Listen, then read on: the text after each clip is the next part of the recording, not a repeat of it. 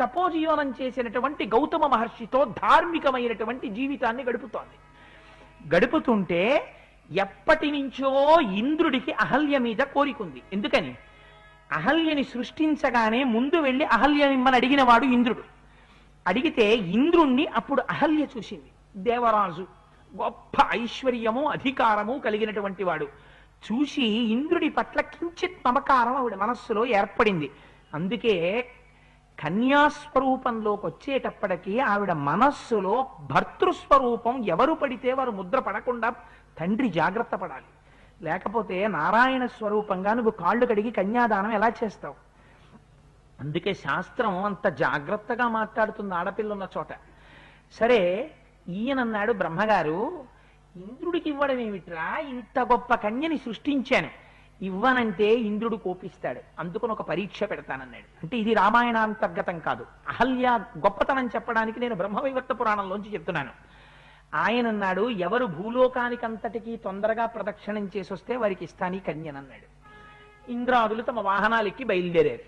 గౌతమ మహర్షి కూడా సభలో ఉన్నారు. ఎదురుగుండా ఒక ఆవు కనపడింది. ఆ గోవుకి ప్రదక్షిణం చేశారు. మనకి గోవు కనపడుతుంటుంది, మీరు ఎప్పుడైనా చూడండి, ఆలయాల్లోకి వెళ్ళి బయటికి వస్తున్న చోట గోవు నిలబడుతుంది. మనం గుడి చుట్టూ ప్రదక్షిణం చేసి అరటిపండు చేత్తో పట్టుకుని బయటికి వస్తుంటే ఆ అరటిపండు కోసమని ఆవు మోరలు చాపి మీ దగ్గరికి వస్తుంది. భగవద్ అనుగ్రహం మీ వెంట పడుతోంది. మనమేం చేస్తాం? మీ చేతిలో ఉన్న ప్రసాదం ముందు మీరు తినకుండా పెట్టకూడదు. అందుకే ప్రసాదం గుళ్ళోనే తీసుకోండి అంటారు. గుడికొచ్చి గుడి యొక్క అధిష్టాన దేవతా దర్శనం చేయకుండా వెళ్ళకూడదు. మీరు ఇక్కడికి వచ్చారు, వచ్చినప్పుడు ఒక 5 నిమిషాలు ముందు వచ్చి అయ్యప్ప స్వామి దర్శనం చేసుకుని కూర్చోవాలి. రామాయణం వింటున్నారు కాబట్టి రామచంద్రమూర్తి దర్శనం చేసి కూర్చోవాలి. అంతేకాని దేవాలయానికి అధిష్టానమైన దైవం దర్శనం చెయ్యకుండా కూర్చుని విని వెళ్ళిపోకూడదు. అది దేవత పట్ల అపచారం అయిపోతుంది. అందుచేత మనం గుళ్ళోంచి బయటికి వస్తుంటే ఓ ఆవు వస్తుంది. మనం ఏం చేస్తాం? ఈ అరటిపళ్ళు ఇలా పెట్టేసుకుని గబగబగా తోసి బయటికి వచ్చేసి పాప ఆవు అరటిపండు కోసం దగ్గరికి వస్తుంటే పడేలు మనం లెబ్బకాయ కొడతాం. రామాయణం మనకి నేర్పింది. ఎందుకురా నువ్వు గుళ్ళోకి వెళ్ళి 33 కోట్ల మంది దేవతలు ఆశ్రయించున్నారు ఆ ఆవుకి, నువ్వొక తొక్క అరటిపండు తొక్క నువ్వు లోపల ప్రసాదం తినేసి తొక్క పట్టుకొచ్చి ప్రసాదంగా దానికి పెట్టు నోట్లో. సంతోషంగా నాలుక జాపి అది తింటుంటుంది. చెయ్యగలిగితే ప్రదక్షిణం చెయ్యి, చెయ్యలేకపోతే దాని పృష్ఠభాగానికి నమస్కారం చేసి వెళ్ళిపో. 5 ప్రబలమైన లక్ష్మీ స్థానాల్లో గోవు యొక్క పృష్ఠభాగం ఒకటి. ప్రపంచంలో లక్ష్మి ప్రబలంగా ఉండేది అదే. గోవు యొక్క పృష్ఠభాగము, పద్మము, స్త్రీ యొక్క పాపట. అందుకే ఎట్టి పరిస్థితులలో స్త్రీ పాపట యందు సింధూరం లేకుండా ఉండకూడదు. పాపట, పద్మము, ఏనుగు యొక్క కుంభస్థలము, ఇవి లక్ష్మీ స్థానాలు 5. వీటిని ఎప్పుడూ అగౌరవపరచకూడదు. అందుచేత ఆవు యొక్క పృష్ఠభాగానికి ఒక నమస్కారం చేసి వెళ్ళిపోవాలి. ఇది ధర్మం తెలుసున్న వాడికి తెలుస్తుంది. అందుకు చెప్పారు బాలకాండలో వాల్మీకి మహర్షి. అందరూ భూప్రదక్షిణానికి పరిగెత్తారు. గౌతముడు ఒక్కడు అక్కడే ఉంది గోవు. ఆ గోవుకి ప్రదక్షిణం చేసి వచ్చి కూర్చున్నాడు. వచ్చేటప్పటికి అందరికన్నా ముందు భూప్రదక్షిణం చేసిన వాడు గౌతముడి. ధర్మశాస్త్రం ప్రకారం గోవుకి ప్రదక్షిణం చేస్తే భూప్రదక్షిణం చేసేసినట్టు. అందుకని నేను గౌతమ మహర్షికి ఇస్తున్నాను అహల్యని గౌతమ మహర్షికి ఇచ్చి వివాహం చేశారు. అప్పటికి చెప్పడానికి ఇంకొక మార్గం లేక ఇంద్రుడు చిన్న బుచ్చుకుని వెళ్ళిపోయాడు. 2, గౌతమ మహర్షి యొక్క తపస్సు పెరిగిపోతోంది. గౌతమ మహర్షిని తానేం చేయలేడు, ఎందుకని ఆయన పరమసాత్వికుడు. కానీ ఆయన తపస్సు భ్రష్టం అవ్వాలంటే ఆయనకి కోపం వచ్చి శాపం ఇవ్వాలి. అందుకని తాను గౌతమ మహర్షి జోలికి వెళ్ళలేడు. గౌతమ మహర్షి భార్య అయిన అహల్య జోలికి వెళ్ళాలి. 1, తన కోరిక తీరుతుంది అహల్యను అనుభవించడం. 2, అహల్యను అనుభవించడం చేత గౌతముడి తపస్సు భ్రష్టం అవుతుంది. ఈ మాట కడుపులో పెట్టుకుని గౌతముడి ఆశ్రమానికి వెళ్ళాడు. గౌతమ మహర్షి యొక్క వేషాన్ని కట్టాడు. ఎప్పుడు వెళ్ళాడు? పైగా మీరు చాలా జాగ్రత్తగా ఆలోచించాలి. ఏం ఉట్టినే చెప్పరు మహర్షి, ఏది చెప్పినా తిన్నగా మాట్లాడరు. ఇలాంటి విషయాల్ని ఆలోచించవలసిన విషయాలు. తెల్లవారుజామున వెళ్ళాడు బ్రాహ్మీ సమయంలో. బ్రాహ్మీ ముహూర్తము కేవలము దేవతారాధనకు మాత్రమే. పూర్వ సంధ్యయందు కాని, ఉత్తర సంధ్యయందు కాని, మిట్ట మధ్యాహ్న సమయమునందు కాని అసలు పగటిపూట నిషిద్ధం. నేను సభాముఖంగా చెప్పానని అనుకోకండి. పూర్వోత్తర సంజలయందు భార్యా సంగమం చేత కుమారుడు కలిగితే వాడు లోకములను పీడించగలిగిన కొడుకు పుడతాడు. అంత శాడిస్టులు పుడతారు. తెల్లవారుజామున బ్రాహ్మీ ముహూర్తంలో గౌతమ మహర్షి వేషంలో ఆశ్రమంలోకి వెళ్ళాడు. వెళ్ళి నీ సంగమాన్ని అపేక్షిస్తున్నాను అహల్య అన్నాడు. ఇంకా అహల్య మహాపతివ్రత, కనిపెట్టగలదు. గౌతమ మహర్షి బ్రాహ్మీ ముహూర్తంలో ఈ మాట అడుగుతారా?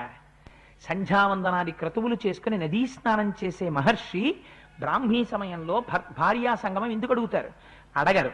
కానీ ఆవిడికి తెలుసు వచ్చినవాడు గౌతముడు కాడు, ఇంద్రుడే వచ్చాడని తెలుసు. కానీ మనస్సులో ఎప్పుడో ఒక కోరిక ఉండిపోయింది. ఎందుకు ఉండిపోయింది? కన్యాత్వంలో ఉండగా ఎవరి మీద పడితే వాళ్ళని నీ ఇంటికి వచ్చిన వాళ్ళందరినీ నువ్వు పిచ్చ పొగట్టలు తల్లిదండ్రులు మొదలు పెడితే నీ ఇంట్లో ఆడపిల్ల మనస్సు రే పొద్దున్న కన్యాదానం ఖచ్చితంగా జరుగుతుందన్న వాడి మీద తప్ప అన్యుల యందు కాని కుదురుకుని ఉండిపోతే తర్వాత వైవాహిక జీవితంలో ఎటువంటి ప్రమాదాలు వస్తాయో చూపిస్తున్నారు మహర్షి. ఆనాడు ఇంద్రుడి మీద మనస్సు ఉండిపోయింది. ఉండిపోయిన మనస్సు ఇప్పుడు వచ్చిన వాడు గౌతముడు కాడు, ఇంద్రుడు వచ్చాడని అహల్యకి తెలుసు. తెలిసినా ఏం చేసింది? మునివేశం సహస్రాక్షం విజ్ఞాయ రఘునందన మతిం చకార దుర్మేధ దేవరాజ కుతూహలాం.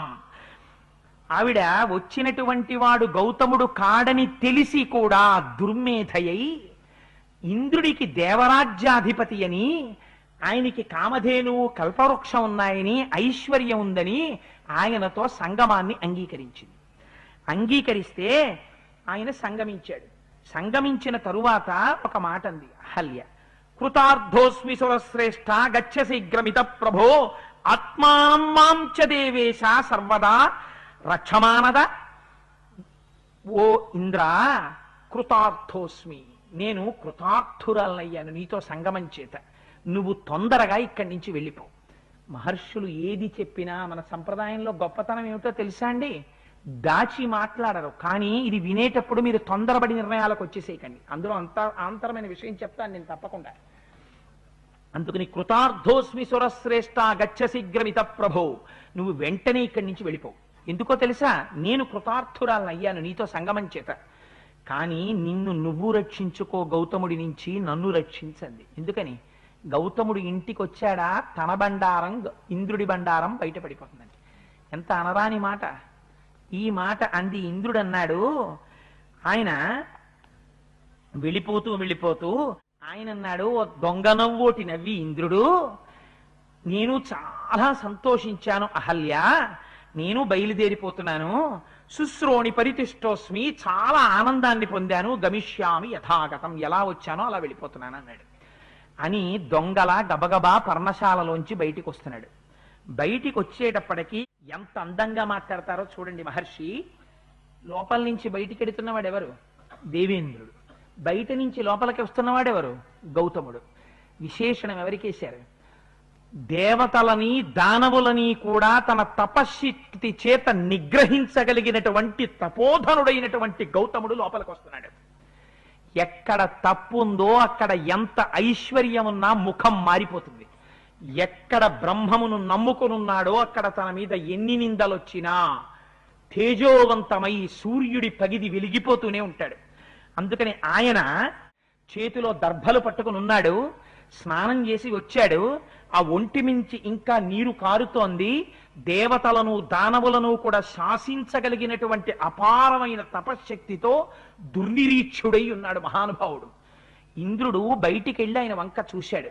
ఆయన కట్టుకున్నదేమిటి? ఒక నారచీర కట్టుకుని ఉన్నాడు. ఒళ్ళు తడిసి ఉంది. చేతిలో దర్భలు పట్టుకుని ఉన్నాడు. కర్మిష్ఠి అయి ఉన్నాడు. బ్రహ్మజ్ఞాని, గొప్ప తపశ్శక్తి ఉన్నవాడు. ఇంద్రుణ్ణి చూశాడు. ఇంద్రుడి ముఖం వివర్ణమైపోయింది, మాడిపోయింది. ఇంద్రుడి ముఖం మాడిపోగానే ఆయన గ్రహించారు. ఏ పొరపాటు జరిగిందో కనిపెట్టారు. కనిపెట్టి, నా రూపాన్ని నువ్వు తగిలించుకుని చెయ్యరానటువంటి దుశ్చేష్ట చేశావు దుర్మతి. ఎప్పుడైతే ఇంద్రుడు బయటికి వస్తుండగా చూశారో, స్త్రీ సంగమం పట్ల నీకింత కాంక్ష ఉండడానికి కారణం ఎందుచేత? నువ్వు పురుషుడవై ఉండడం చేత. అది కదా నీ అహంకారానికి కారణమైంది. చెయ్యరా అని పెని చేయడానికి. పురుషత్వమునకు చిహ్నములైనటువంటి నీ అండములు జారి నేల రాలి పడిపోవుగాక అని శపించారు. మహాత్ములు ఎప్పుడు ఎక్కడ దుర్బుద్ధి ఉందో దాన్ని పడగొడతారు. ఉత్తర క్షణం ఇంద్రుడి యొక్క అండములు జారి నేలన పడిపోయి ఒక్కసారి అహల్య వంక చూశారు. ఆవిడ రాయి అయిపోయిందని చెప్తారు, అలా శపించలేదు గౌతమ మహర్షి. రాయి అయిపో అని నువ్వు శిలవిక అని ఆయన అనలేదు. నువ్విక్కడ కొన్ని వేల సంవత్సరాలు తపస్సు చేస్తూ పడుండు. ఎలా ఉంటావో తెలుసా?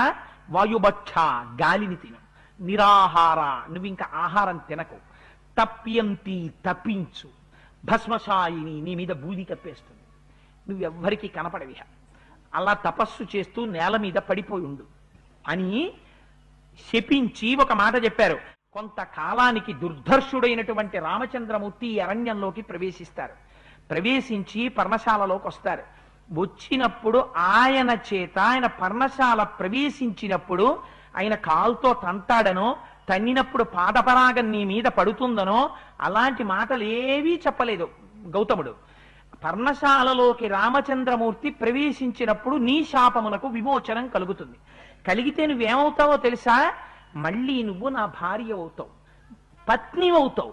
పత్నివై నాతో కలిసి యజ్ఞయాగాది క్రతువులు చెయ్యడానికి సమానమైనటువంటి స్థాయిని పొంది మళ్ళీ నా పక్కనొచ్చి నా పత్ని స్థానాన్ని పొందుతావు. అప్పటి వరకు నేను కూడా ఈ పర్ణశాల విడిచిపెట్టి హిమవత్ పర్వత ప్రాంతానికి వెళ్ళిపోతున్నానని చెప్పారు. చెప్పి వెళ్ళిపోయారు. నాయనా రామా, ఇదయ్యా అహల్య కథ, రా లోపలికి అని పర్ణశాలలోకి తీసుకెళ్లారు. ఇంద్రుడేం చేశాడు? అండములు పడిపోతే దేవతల దగ్గరికి వెళ్ళాడు. అందరినీ పిలిచాడు. నేను ఈ పని ఎందుకు చేశానో తెలుసా? నా ఒళ్ళు కొవ్వి కాదు, గౌతముడికి తపశ్శక్తి పెరిగిపోతోంది. గౌతముడిని నేనేం చేయలేను, అపచారం అహల్య పట్ల చేశాను. ఇప్పుడు ఏమైంది? గౌతముడికి కోపం వచ్చి నన్ను శపించాడు, అహల్యని శపించాడు. శపిస్తే ఏమవుతుంది? అది సత్యవాక్యం అవ్వాలి. అందుకని ఆయన తపశ్శక్తి కొంత పోయింది. గౌతముడి తపశ్శక్తి పోగొట్టడానికి నేను వెళ్ళాను. వెడితే మిమ్మల్ని అందరినీ రక్షించడానికి నేనెడితే నా అండములు పోయాయి. అందుకని నాకు ఇప్పుడు మళ్ళీ అండాలని తీసుకొచ్చి పెట్టవలసిన బాధ్యత మీది. ఎందుకని నా పని వల్ల మీరు రక్షింపబడ్డారు కాబట్టి మీరేం చేస్తారో మీ ఇష్టం అన్నాడు. పాపం అగ్నిదేవుడు ఇది విన్నాడు. మనకి పితృదేవతారాధన చేసేటప్పుడు అప్పుడు ఆచారం ఏమిటంటే, పితృదేవతలకి ఆరాధన చేసేటప్పుడు మేషములకు అంటే గొర్రెకి అండములతో కూడినటువంటి గొర్రెని సమర్పిస్తారు. అందులో ఆ శరీరంలో అండములు పితృదేవతలు తీసుకుంటారు. అందుకని అండములు లేనటువంటి గొర్రెని పితృదేవతలకు ఇస్తే పితృదేవతల యొక్క ఆగ్రహానికి గురవుతాం. అండములతో కూడిన గొర్రెనే పితృదేవతలకు ఇవ్వాలి. అప్పుడు ఈయన వెళ్ళి పితృదేవతలను అడిగాడు. మేషం అంటే గొర్రె యొక్క అండములను తీసి మేము ఇంద్రుడికి అతికిస్తాం. అందుకని ఇక నుంచి అండములు లేని గొర్రెని నీకిస్తే పితృదేవతలందరూ సంతోషించాలి, ఇది దేవకార్యం కాబట్టి అంటే ఒప్పుకున్నారు వాళ్ళు. ఒప్పుకుంటే గొర్రె యొక్క వృషణములను తీసి ఇంద్రుడికి అతికించారు. అతికిస్తే ఆయన మళ్ళీ పురుషుడయ్యాడు. లేకపోతే ఎంత ఇంద్రుడైతే ఏమిటి, పుంసత్వం పోయిన తరువాత అందరి చేత అసహ్యింపబడతాడు. అందుచేత మళ్ళీ గొర్రె యొక్క వృషణములను తీసి ఇంద్రుడికి పెట్టారు. అందుకని ఆయన ఏమని పిలుస్తారు? మేషవృషణుడు, మేషవృషణుడు అని పిలుస్తారు. గొర్రె వృషణములు కలవాడు. అలా అన్నప్పుడల్లా ఏమవుతుంది? తాను తప్పు నడక నడిచినటువంటిది జ్ఞాపకానికి వస్తూ ఉంటుంది. ఎంత ఇంద్రుడైనా మహర్షులేం ఉపేక్షించరు, తప్పే. కానీ అహల్యేమైంది?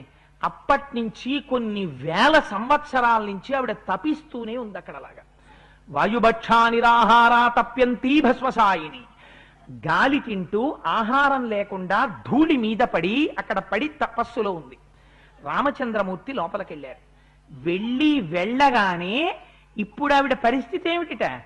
33 కోట్ల మంది దేవతలు కూడా కన్ను విప్పి ఆవిడ వంక చూడలేరట. అంత దుర్నిరీక్షమైనటువంటి తేజోమూర్తి అయి ప్రకాశిస్తోంది.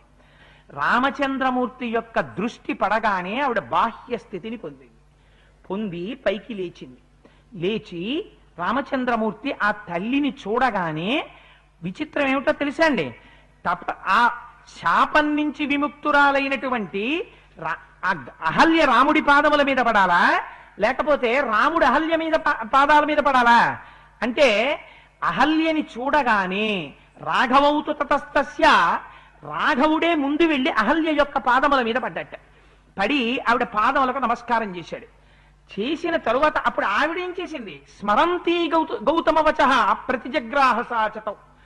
గౌతముడు చెప్పినటువంటి మాట జ్ఞాపకానికి వచ్చింది. అప్పుడు ఆవిడ రాముడికి నమస్కారం చేసింది. చేసి రాముణ్ణి కూర్చోపెట్టి షడ్రసోపేతమైనటువంటి విందు ఆరగింపచేసింది. అర్ఘ్యపాద్యాదులు ఇచ్చింది. గౌతమ మహర్షి కూడా వచ్చారు. అమ్మా, నీ శాపం నుంచి నువ్వు విముక్తురాలవయ్యావమ్మా అని విశ్వామిత్ర మహర్షి సంతోషించారు. తన పత్నిని తీసుకుని గౌతముడు మళ్ళీ తపస్సు చేసుకోవడానికి వెళ్ళిపోయాడు. మహాభారతంలో అయితే చెప్పారు, అంజనాదేవి గౌతమ మహర్షి యొక్క ఈ అహల్యాదేవి యొక్క కుమార్తె. ఆ అంజనాదేవి యొక్క కుమారుడే హనుమ. అందుకని ఇట్లాంటి చాలా విశేషమైనటువంటి సంతానం అహల్యాకి గౌతముడి ద్వారా కలిగింది తరువాత. సరే, ఇది మనం అహల్యా వృత్తాంతం రామాయణాంతర్గతంగా విన్నాం. మనం ఇలా బాహ్యంగా చూస్తే మనకేమనిపిస్తుందంటే, అహల్య తప్పు చేసింది. ఆ తప్పు చేయడం చేత ఆవిడ చాలా కాలం తపస్సు చేయవలసి వచ్చింది. మహానుభావుడు గౌతముడు శపించాడు అని మనం అనుకుంటాం. మీరు అలా అర్థం చేసుకుంటే అహల్యా వృత్తాంతం విషయంలో పొరపాటు చేసిన వారు అవుతారు.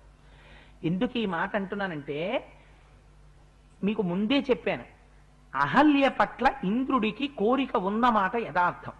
వచ్చినటువంటి వాడు ఇంద్రుడు గౌతముడు కాడన్న విషయం కూడా అహల్యకి తెలియడం కూడా యథార్థం. పొరపాటు జరిగిన మాట యథార్థం. అయితే ఆగ్రహించవలసిన వాడెవరు? వీళ్ళిద్దరూ చేసిన పొరపాటుకి ఆగ్రహించవలసిన వాడు గౌతమ మహర్షి. మహర్షి అని ఎందుకన్నారు ఆయన్ని? ఆయనే ఆగ్రహిస్తే భార్యని పరిత్యజించాలి. ఇంకా ఎన్నడూ నువ్వు నా భార్యవి కాలేవు, నిన్ను నా పక్కన కూర్చోపెట్టుకోను అని విడిచిపెట్టేసి వేరొక భార్యని స్వీకరించాలి. కానీ గౌతముడు ఆ పని చేశాడా? ఆ పని చెయ్యలేదు. ఏం చేశాడు? తన గొప్పతనం ఏమిటో చెప్పాడు. దేవదానవులనందరినీ శాసించగలిగినటువంటి తపశ్శక్తి గౌతముడిది, ఉండడం పర్ణశాలలో. ఆ గౌతముడు ఒక్క మాట అంటే పుంసత్వం కూడా ఎగిరిపోయేటటువంటి నీచ స్థితి దేవేంద్రుడిది. పైకి ఐశ్వర్యంలా కనపడుతోంది, అసలు ఐశ్వర్యం ఎవరిది? గౌతముడిది. కానీ పొరపాటు ఏం జరిగింది? ఇంద్రుడు తన పురుషవాంఛ తీర్చుకోవడానికి వచ్చాడు. అందుకని మళ్ళీ మళ్ళీ ఇలాంటి పొరపాటు జరగకూడదు. అందుకని అనుగ్రహంగా జ్ఞాపకానికి రావాలి. అందుకని మహాత్ములైనటువంటి వారు క్రోధమునకు వశులు కాకూడదు. ఆయన ఏం చేశాడు? పేతతుర్వృషణౌ భూమౌ సహస్రాక్షస్య తక్షణాత్ అన్నాడు. నీ అండములు పడిపోతాయన్నాడు. పడిపోయే అండములు. మళ్ళీ ఎవరిని ఆశ్రయించవలసి వచ్చింది? ఎవరికి తాను అధిపతో ఆ దేవతల కాళ్ళు పట్టుకోవలసి వచ్చింది అండాల కోసం. వాళ్ళెళ్ళి పట్టుకొచ్చి గొర్రె వృషణాలు అతికించారు. అందుకని ఏమైంది? ఆయన పొరపాటు దిద్దాడు, మరొక మాట పొరపాటు జరగకుండా నిగ్రహించాడు. భార్య కూడా పొరపాటు చేసింది. భార్య పొరపాటు చేసిందని విడిచిపెట్టేసిన వాడు ఆర్ష సంప్రదాయమునందు భర్త కాడు. భార్య ఇంతకన్నా పెద్ద పొరపాటు చరిత్రలో ఉండదు. చేస్తే గౌతముడు చెప్పినది ఏమిటో తెలుసా అండి? నీకు దేవరాజు మీద మనస్సు ఎందుకు కలిగింది? ఆయన ఐశ్వర్యవంతుడని. ఐశ్వర్యవంతుడన్న భావన ఎందుకు కలిగింది? మనస్సు ఉండబట్టి. మనస్సు ఎందుకు వచ్చింది? నువ్వు ఆహారం తినబట్టి. ఆహారంలో 6వ వంతు మనస్సు అయింది. మనస్సు యందు మోహం వచ్చింది, మోహంలోంచి లోభం వచ్చింది, దానికి కామం కలిసింది, కామం కలిసి దేవరాజు వైపుకి వెళ్ళావు. ఇప్పుడు ఈ మనస్సు శుద్ధి పడాలి. అందుకని వాయుభక్ష నిరాహారా, నువ్వు ఇంక అన్నం తినకు, గాలి తిను. నీ పాపం పోవాలి, నువ్వు అగ్ని పునీతం అవ్వాలి. అందుకని ఏమవ్వాలి? తప్యంతి, నువ్వు తపస్సు చెయ్యి. ఎన్నాళ్ళు? కొన్ని వేల సంవత్సరాలు. ఎలా చేస్తావు? ఎక్కడికో వెళ్ళక్కర్లేదు, ఇక్కడే పడిపో. భస్మశాయిని, నీకు బాహ్య ప్రపంచం తెలియకూడదు. నీ ఒళ్ళంతా బూదితో కప్పబడుతుంది. కప్పపడి నువ్వు అలా పడిపోయి ఉండిపోతావు. ఎప్పుడు నీకు మళ్ళీ శాప విమోచనం? రాబోయే అవతారాన్ని ఆయన గమనించారు. పతితపావనుడైనటువంటి రామచంద్రమూర్తి వస్తారు. ఆశ్రమంలోకి రాగానే ఆయన మీద గాలి నీ మీదకి వస్తుంది. అంతే. ఎందుకు దేవాలయానికి వెళ్ళడం? స్వామి నుంచి వచ్చేటటువంటి గాలి మీ మీదకి వస్తే చాలు, మీరు ఆయన పతితపావనుడు, మీకున్నటువంటి దోషాలు పోతాయి. అందుకని దేవాలయంలోకి వెళ్ళి నిలబడతాం. ఇది దర్శనం చేసిన వారు ఎవరో తెలుసా అండి? మహానుభావుడు విశ్వనాథ సత్యనారాయణ గారు దర్శనం చేశారు రామాయణ కల్పవృక్షంలో. వీరొక్కసారి ఎప్పుడైనా నీ నోటితో అహల్య వ్యభిచరించిందంటావేమో అనడానికి నీకు హక్కు లేదు. ఎందుకని? పతితపావనుడనైనటువంటి నా అనుగ్రహాన్ని కొన్ని వేల సంవత్సరముల తపస్సు చేసి 33 కోట్ల మంది దేవతలు ఋషులు వచ్చినా సరే చూడడానికి వీలు లేనటువంటి కాంతి స్వరూపంతో విరాజిల్లుతోంది ఆ తల్లి ఇప్పుడు. అందుచేత ఆ దేవత, ఆ తల్లి యందు ఇప్పుడు పాపము లేదు. అందుకని అటువంటి తల్లి కనుక నా చేత నమస్కరింపబడనదగినదై నేను కూడా ముందు నమస్కరిస్తున్నాను. రామచంద్రమూర్తి చేత నమస్కరింపబడిన మహాతల్లి అహల్య. అహల్య గురించి వేరొక మాట అనడానికి నీకు నా అధికారం ఏమిటి? అనకెప్పుడు అహల్య అన్న మాట వినబడితే 2 చేతులతో నమస్కారం చేయి. ఇది అహల్య యొక్క గొప్పతనం అని చెప్పడానికి రాముడంతటి వాడు ముందు నమస్కారం చేశాడు. తన భార్య తప్పు చేస్తే ఆ భార్య చేత తపస్సు చేయించి ఎందువల్ల ఆ భార్య ఆ దోషం చేసిందో గమనించి ఆ దోషాన్ని నివృత్తి చేసి రాముడొస్తే ఎలా పతితపావనుడో చూపించారు విశ్వనాథ సత్యనారాయణ గారు. పడక కుర్చీలో పడుకుంటే అందుకు ఋషి సదృశుడయ్యాడు మహానుభావుడు. ప్రభుమేని పైగాలి పైవచ్చినంతనే పాషాణమొకటికి స్పర్శ కలిగి. అప్పటి వరకు బాహ్య స్పర్శ లేకుండా పడిపోయినటువంటి అహల్యకి రామచంద్రమూర్తి మించి గాలి వచ్చి తగిలింది తంటే స్పర్శ కలిగింది. ఇప్పటి వరకు ఆవిడికి స్పర్శ లేదు. ప్రభుమేని నెత్తావి పరిమళించినతోన యశ్మంబు ఘ్రాణేంద్రియంబునుంది. ఇప్పటి వరకు అసలు ముక్కుకి వాసన తెలియకుండా పడిపోయినటువంటి అమ్మకి రామచంద్రమూర్తి మించి వచ్చినటువంటి పరిమళమైన వాయువు తగలగానే ముక్కుకి సువాసన తెలియడం ప్రారంభమైందిట. ప్రభుమేని నెత్తావి పరిమళించినతోన ఆ రాయి స్పర్శేంద్రియంబు పొందే. ఆయన మించి గాలి వచ్చి తగలగానే మళ్ళీ స్పర్శేంద్రియం పనిచేయడం ప్రారంభించిందిట. ప్రభు నీలరత్న మంగళంగంబు కనవచ్చి రాతికి కనులు కలిగి. ఆ నీలమేఘ సంకాశమైనటువంటి రామచంద్రమూర్తి యొక్క సౌందర్య ఆవిర్భూతమైనటువంటి ఆ స్వరూపాన్ని చూడగానే ఆవిడ కనులు పనిచేయడం మొదలుపెట్టాయిటంటే మళ్ళీ ఆవిడలోంచి శబ్ద స్పర్శ రూప గంధములనేటటువంటి 4 తన్మాత్రలు ప్రారంభమయ్యాయి. మరి రసేంద్రియం 4 ఎప్పుడు పనిచేస్తుంది అంటే ఇప్పుడు ఇన్నాళ్ళు తపస్సు చేసింది కాబట్టి లేచి తిన్నప్పుడు కాదుట. ఆ రాముడికి పళ్ళు ఫలాలు పాలు అన్నీ ఇచ్చినప్పుట ఆయన తింటే ఈవిడ రసేంద్రియం పనిచేయడం మొదలెట్టిందిట. ఇప్పుడు ఏమైంది? ఆహార దోషం, శరీర దోషం అన్నీ నివృత్తి అయిపోయి ఇప్పటి వరకు రాముడు రాముడే, శ్రీరాముడు కాడు, సీతతో కలిసిన రాముడు కాడు. ఎందుచేత? నాయన సీతమ్మ అక్కడున్నట్టు నువ్వు ఇక్కడున్నట్టు కనపడుతున్నారు, కానీ ఆవిడ నిత్యానపాయని నీ నుంచి విడబడదు. లక్ష్మి సీతమ్మగా అక్కడ మిథిలా నగరంలో ఉంది. మీ ఇద్దరు తొందరలో కలియబోతున్నారు, సీతారాములుగా మాకు దర్శనం ఇవ్వబోతున్నారు అని దర్శనం చేసినటువంటి గొప్ప చారిత్రము కలిగి తన పాపమునంతటిని ప్రక్షాళనము చేసుకున్నటువంటి మహాపతివ్రత అహల్య. అటువంటి అహల్య కాళ్ళ మీద రాముడు పడ్డాడు. వెంటనే గౌతమ మహర్షి వచ్చారు. అహల్య రా అని చెయ్యి పట్టుకుని మళ్ళీ తన ఆశ్రమ ప్రాంతానికి తీసుకెళ్లిపోయారు. రామ, భార్య తప్పు చేస్తే ఉద్ధరించుకున్నవాడు భర్త, అంతేకాని పాణిగ్రహణం చేసి అస్తమానం చిన్నదానికి చిటకదానికి కూరలో ఉప్పు దిగిన దగ్గర నుంచి ప్రతిదానికి భార్యని పట్టుకుని నిందించినవాడు భర్త కాడు. వాడేం భర్త?